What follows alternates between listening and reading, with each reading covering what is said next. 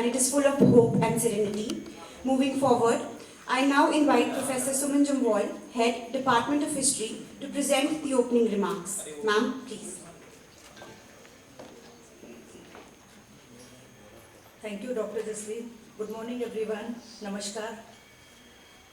Respected guests, distinguished speakers, and dear participants, I greet you all with a warm and cheerful good morning on this occasion of the seminar on General Zorawar Singh, the brave and visionary leader who expanded the boundaries of our nation in the Himalayan regions.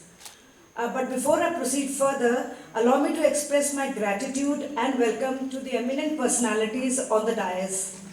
We are genuinely honored to welcome Dr. Karan Singh ji, who needs no introduction.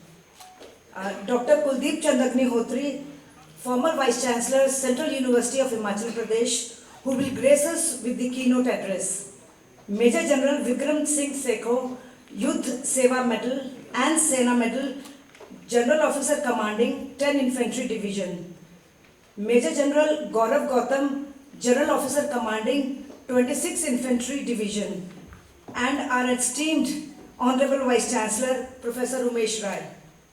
I also extend my cordial welcome to some of the notable participants who have travelled from different parts of the country to be a part of this seminar. Shri Ashutosh ji from the JK Study Center, Delhi. Captain Alok Bansal, who will be arriving tomorrow, the Director of India Foundation, who will be delivering the valedictory address tomorrow. Shri Harbans Singh Samayal ji, Madam Nidhi Bahugana from Mussoorie, and we have Padma Shri Professor K.N. Pandita, Padma Shri Shiv Nirmohi ji, who is an authority on the history and culture of the Jammu region. Dr. Rakesh from Mandi, Himachal Pradesh. We have also Dr. Ajay Kumar and Dr. Shreya Bakshi from Central University, Himachal Pradesh. Shortly, some participants will be joining us, such as Dr. Amitash Oja from IIT Jammu. And along with him, we have a professor from Ohio, Professor Noam Spencer. I hope I'm pronouncing it correctly. We have with us Dr. Colonel Ajay Rana, Squadron Leader Anil Sahgal, Brigadier V.S. Dr. V.S. Dhiman, and our very own Major General Govardhan Singh Jamwal. We also have Brigadier J.S. Rajput. And I also take this opportunity to welcome some members of the royal family who are with us right now. We have Dr. Jyotsna here with us, and if I'm not wrong, we have Shri Ranvijay Singh with us. You're welcome. We'll be joined by Yuvraj Vikramaditya Singh ji, since he had given his name that he'll be here, and Kumarani Ritu Singh ji, we welcome her in absentia, and Shri Martan Singh ji, again we welcome him in absentia. My special greetings to the members of the civil society, some of whom are very, very prominent personalities, and the members of the Belt Force on this occasion.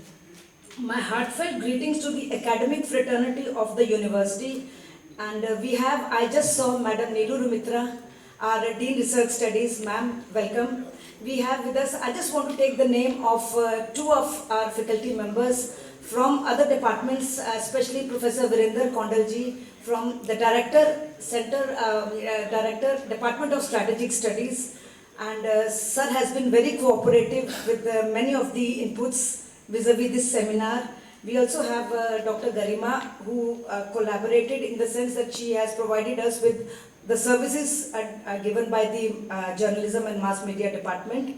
I also welcome other members of the teaching department and our research scholars and the students of the department and other departments as well. I also take the opportunity of welcoming the members from the media. Now, this two-day national seminar on the life and achievement of General Zorawar Singh has been organized by the Department of History, University of Jammu, in collaboration with Maharaja Gulab Singh Research Center, Jammu. Even though General Zorawar Singh created history by conquering the Himalayan regions, which includes Ladakh, Tibet, Baltistan and Skardu, little is known about this great warrior. Barring some disparate writings on his series of conquests, there is hardly any work which would try to capture the significance of what he did. I hope that this seminar will be a great opportunity to learn about his remarkable achievements and legacy, not only as a military leader but also as a naval administrator. The new generation must be reminded of General Zorawar Singh's immense contribution to the Dogra Empire's expansion under Maharaja Gulab Singh. A seminar on General Zorawar Singh is also relevant in the context of the current geopolitical situation in the region, where India, China and Pakistan have competing claims and interests. This calls for a collective endeavor to fully recognize his contribution and the significance in Indian history. Historians, writers, military strategists, members of civil society all need to pay attention to the historic accomplishment of this true national hero. Looking at the gathering, this seems to be happening in this very seminar, and I have all the reasons to believe that the seminar shall yield all desirable results. With these, let me express once again my gratitude, and we have with us Ashutosh ji from Delhi, chairing the JK Study Center. Sir, you're welcome. And with these words, I think I welcome one and all for this seminar, and I'm very sure we are going to have a very fruitful following sessions and some of the results we are expecting. Thank you once again.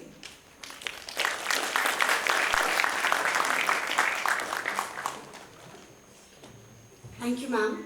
As we move forward, I now invite Professor Shyam Narayan Lal to the dais to introduce today's seminar.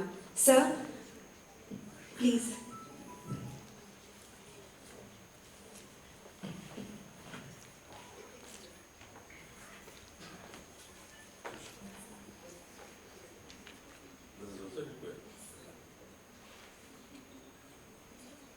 That makes me terribly nonsense.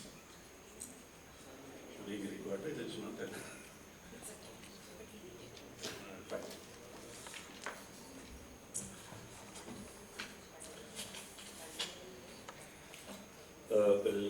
Very good morning to all of us, all of you, member on the dais and off the dais. This is the cliche with which everybody begins, and I have no better alternative right now.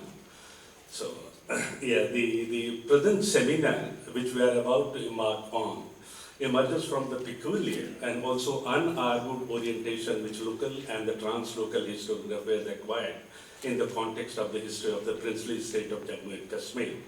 Though there is no denial that the research output that exists today on its history is fairly substantial, and the nature of discourse has not been dormant either. However, this seemingly robust, complex and often contesting narrativization of its past has hardly made any perceptible change in the way the history of the princely estate is situated in the larger discourse of Indian historiography. While local historians have shown excessive preoccupation with charting the remarkable exploits of Maharaja Gulab Singh, the first Maharaja of state, the supra-local historian, irrespective of their ideological background, have chosen to focus their attention, and not always in a positive sense, to Maharaja Hari Singh, the last Maharaja of the independent estate of Jammu and Kashmir. Trapped between the polarity of historical narrative of the first and the last ruler of the state, heroes like Zorawar Singh, warriors like Zorawar Singh have become a casualty. Little do we realize that he was one of the most outstanding warrior and one of the most remarkable military genius that this country has ever produced. Historians often call him the Napoleon of India, the conqueror of Ladakh, but beyond title and accolades, Zorawar remains an immortal flame, a beacon for those who dare to dream beyond border and carve their destiny upon the very mountain they tread. The Himalaya moved before him, Ladakh, Tibet, Istanbul, Baltistan, all woven into his tapestry of conquest. The saga of Zorawar is a splendid one, full of adventures and romance. He was born in the harsh and craggy hill of Kalur, but he soon left his humble abode and roamed the land, serving as a valiant soldier for various rajas. Fate brought him to the court of Raja Gulab Singh of Jammu, where his star shone brightly and his fortune soared. He began his illustrious career as a simple foot soldier, but he quickly rose through the rank and became the commandant of Riasi, commanders of all the fort north of Jammu, and finally earned the coveted title of Wazir for his distinguished services. It was, however, not the comfortable plain of the foothill of Himalaya. It was on the treacherous path of Ladakh that General Zorawar Singh carved his legend. In 1834, when Kishtawar faced drought-induced desolation, Zorawar resolved crystalline. He marched against Ladakh, challenging its Gyalpo at the origin of Suru River. His 5,000 strong army clashed with local forces, and victory crowned their banners. Kargil fell next, a testament to his strategic brilliance. The Ladakhi army under Banco Calhoun crumbled before Zorawar Singh's might. Leh became his prize, and Namangyal paid tribute to this indomitable warrior. But challenges arose. Kashmir Governor Mehan Singh incited rebellion among Ladakhi chiefs, yet Zorawar resolve remained unshaken. He quelled dissent and erected forts and established peace and order. With the conquest of Ladakh, the grand imperial design of his master, Maharaja Gulab Singh, also started unfolding very fast. Maharaja Gulab Singh had the gifted ability to foresee the changing contours of the complex political situation. He knew it very well that now that the life of the Grand Lahore Darbar is nearing its nemesis, and once Maharaja Ranjit Singh dies, Kashmir would invariably fall on his lap. Now that this general has brought Ladakh under his control, he must acquire a complete monopoly of the lucrative wool trade, which was the monopoly of the British Empire so far. To accomplish this, all that was needed was the conquest of the very territory where the goats were raised, the Changtung plain of the western Tibet. Henceforth commenced the chronicles of the most daring and adventurous military expedition ever undertaken by any valiant of India, save perchance Lalitaditya. In May 1841, Zorawar Singh advanced up the Indus Valley into Tibet with a force of about 6,000 men. He was immediately successful. After he had ravaged the land of Kanlia and Sigong with his mighty army, he brought under his domain the reign of Rudok and Garo, vanquished the feeble Tibetan forces, and seized the fortress of Gatok. General Zorawar's trail of conquest badly hit the economic interest of the colonial empire, and especially in the realm of wool trade, which obviously they did not like. The then general therefore started sending requests to Maharaja Gulab Singh, to recall Zorawar from Tibet. But colonial interest was of no concern for Zorawar. He continued his conquest. He cut the track between Sinkiang and Bashahr and reached Taklapot. Not only that, if the report of Stephen Lusington, the then political agent of the Basar, is correct, he also started exacting money from both these who were under British protection. This was something very big thing. Amidst these glorious conquests and unthinkable assertion of authority, he also spared some time to partake in sacred ablution in the lake of Mansarovar with his beloved consort, and to present a golden idol at the temple of Kailash. The conquest of General Zorawar Singh now became a serious concern for the colonial authority.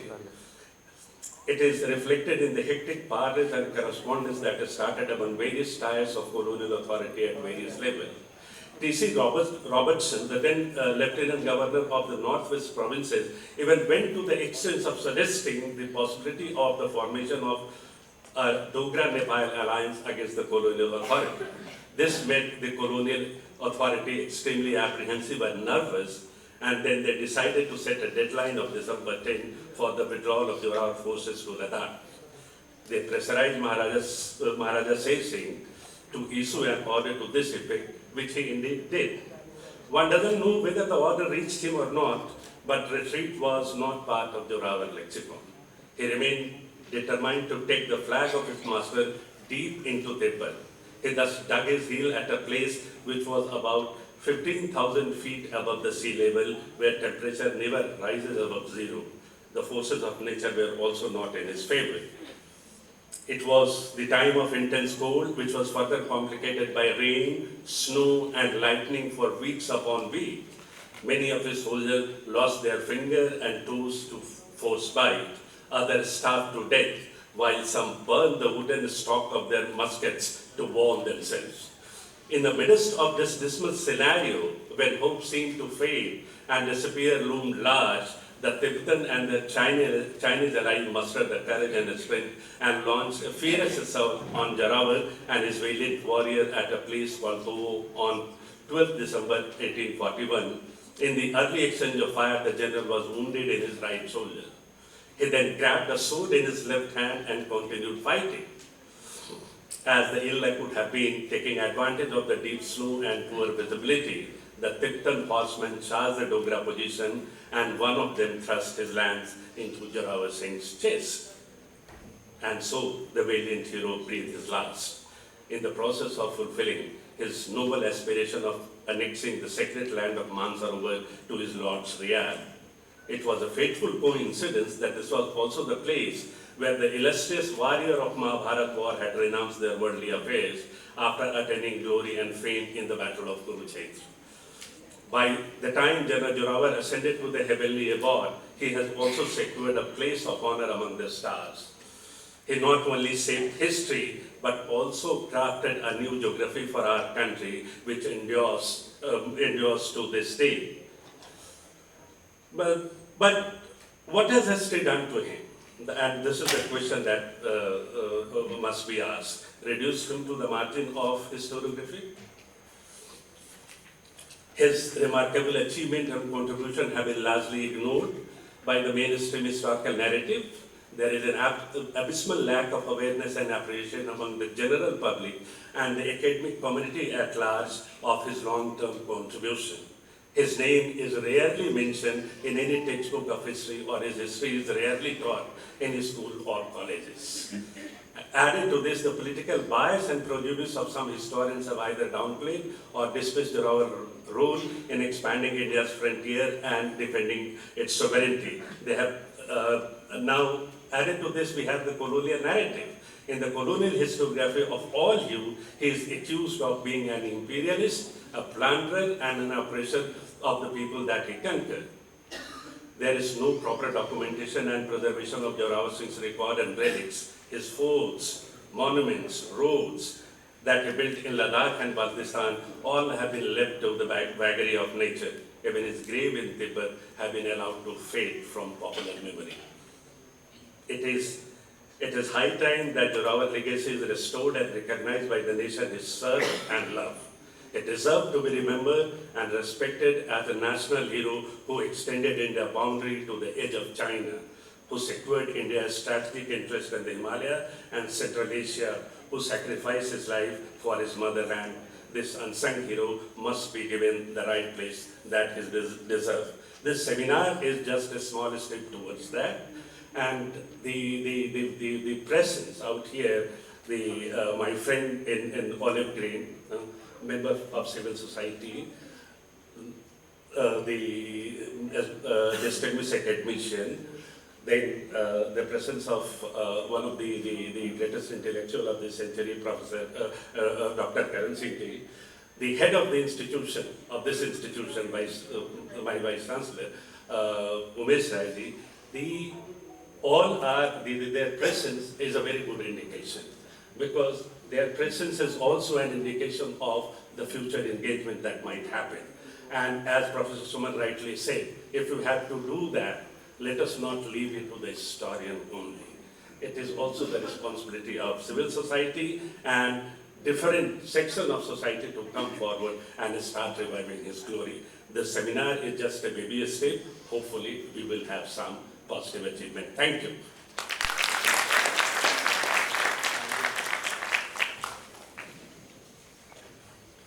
Thank you, sir, for capitalizing on the importance of the event. Now we move forward. I invite our keynote speaker, Professor Kuldeep Agnihotri, who needs no introduction, and is a highly celebrated figure in his academic career. He has also held various administrative positions of high repute. He was the VC of Central University of Himachal Pradesh. Okay, sir doesn't want me to dwell into that. I'll hand over the dais to him. Sir, please.